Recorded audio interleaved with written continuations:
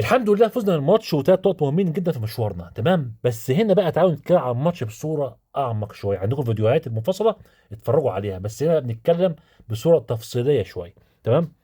والماتش بالنسبه لي احلى حاجه فيه الضغط من اول دقيقه. الزمالك ضغط من اول دقيقه، نازل عارف في هدف، وهنا اللعيبه عايزه تكسب، عايزه تفوز.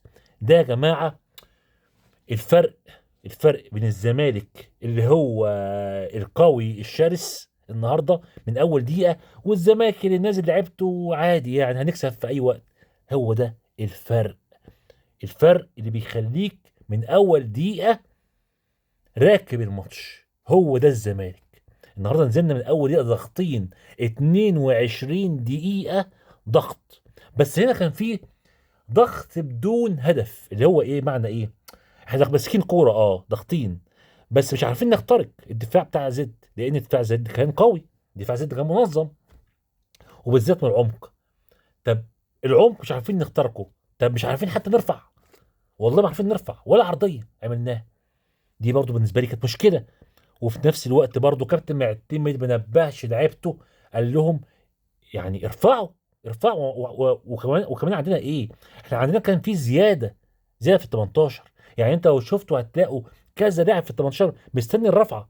حتى الكره الرفعه المريضه اللي اترفعت ارضي. اقسم بالله هي الرفعه الوحيده اللي اترفعت ارضي من عمر جابر. يعني ما فيش رفعات يا جماعه، ما فيش حاجه. يعني عمر جابر على احمد شريف النهارده كانوا في الشوط الاولاني بالنسبه لي اشباح مش موجودين اساسا. احنا بنلعب ناقصين من الاخر يعني. يعني بالنسبه لي عمر جابر واحمد شريف، ده يعني عمر جابر يعني شويه دفاع، بس احمد شريف على الله حكايته. احمد شريف لا هو بيدافع ولا هو بيهاجم، تمام. في الدقيقه 22 الحمد لله ربنا كرمنا بجون مين؟ خوابت زيرة. والجون دوت كان السبب الرئيسي فيه عم جيد.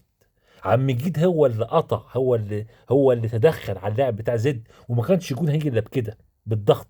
ضغط الكرة، خدنا الكرة بسرعة. محمد السيد اداها عبد الله سعيد اداها لناصر منسي. ناصر منسي اداها لمين؟ اداها لخالد زيرو. خالد زيرو الحمد لله ما كدبش خبر، جاب جون. جبنا الجون، انسى بقى، خلاص احنا كده انتهينا، خلاص الماتش خلص بالنسبة لنا. ودي حاجة غريبة ان احنا نجيب الجون ونرجع. طب رجعنا ليه؟ ما احنا ضاغطين يا جماعه، نفضل مكملين. ايه اللي عملناه يعني؟ الماتش خلص؟ ما خلصش لسه، ما نفضل ضاغطين. ليه نرجع؟ لا رجعنا لحد الشوط ما خلص، ولاعيبه زد هي اللي ماسكه الماتش علينا. طب ليه؟ انا مش فاهم. نيجي بقى للشوط الثاني. الشوط الثاني خرج عمر جابر واحمد شريف الحمد لله، ونزل مكانهم مين؟ فتوح ومحمد ابراهيم. لعيبه تحس بوجودها، تحس بمراكزها في الملعب. الملعب اتظبط شويه، مسكنا الكوره شويه وهددنا مرمى زد تاني، ضغطنا تاني وهددنا مرمى زد. ضيع عدي الدباغ، ضيع خالد زيرة كورتين، ضيع ناصر المنسي. بس واحنا بنضيع القلق كان جوانا كلنا ان احنا خايفين ان اللي بيضيع بيستقبل. بس قبل ما نستقبل ونتعادل حصل كارثه في الماتش.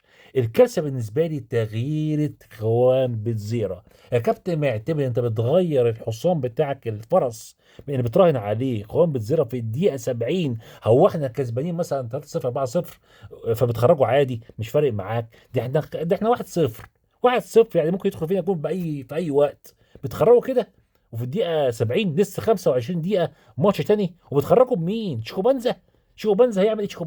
شيكوبانزا نزل اهو. نزل يعمل ايه؟ جات له كوره اتخذت منه مش عارف، ولا خدها منه ولا بصاها غلط راحت لحد تاني. حتى الجون اللي كان السبب فيه كسل يجري على اللاعب بتاع زد يدافع مع اللعيبه. كسل الكرة قدامه شايفها، ولاعب زد قدامه كان ممكن يجري يضغط عليه. كسل في الكوره. لاعب بارد، لاعب بارد. جه جون التعادل، وبعديها قلت اوبا كابتن معتمد ظرفنا الظرفه وهو اللي هيلبس الماتش. هو اللي هيلبس الماتش بالتغييره، وهو جوه نفسه عارف ان هو غلط. عارف ان هو غلط. وطلع عبد الله السعيد كمان. يعني الدنيا بقت ايه؟ كحل. كحل خلاص بقى، ما عادش. هو نزل احمد ربيع مكانه، والحمد لله احمد ربيع ربنا كرمه. بس انا شايف برضو التغييرات في الشوط الثاني ما كانتش حلوه، باستثناء تغيير احمد شريف وعمر جابر. كانوا صح، لازم يخرجوا. بس انا بتكلم على تغيير عبد الله السعيد وتغيير خوان بنزيرة.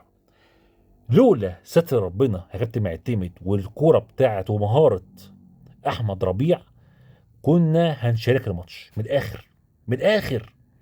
يعني الماتش ده قسما بالله، يعني لو ما كانش احمد ربيع فايق ورايق والنهارده مركز وجابوا الجون بالمهاره دي، انت كنت هتشيل ليله وش، كنت هتشيل ليله. بس انت ربنا معاك وكرمك. جبنا الجون التاني في الدقيقه 80 على ما اعتقد، والحمد لله دفعنا بقى في النهايه وايه، وطلعنا بالمكسب في الشوط الثاني. اخيرا احنا كسبنا بس مشوار طويل.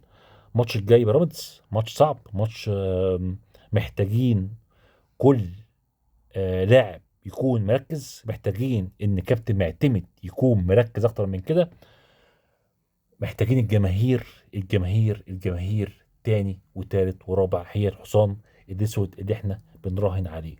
ان شاء الله ربنا هيكرمنا، وان شاء الله ربنا معانا، وربنا ينصرنا كل ماتش باذن الرحمن. السلام عليكم.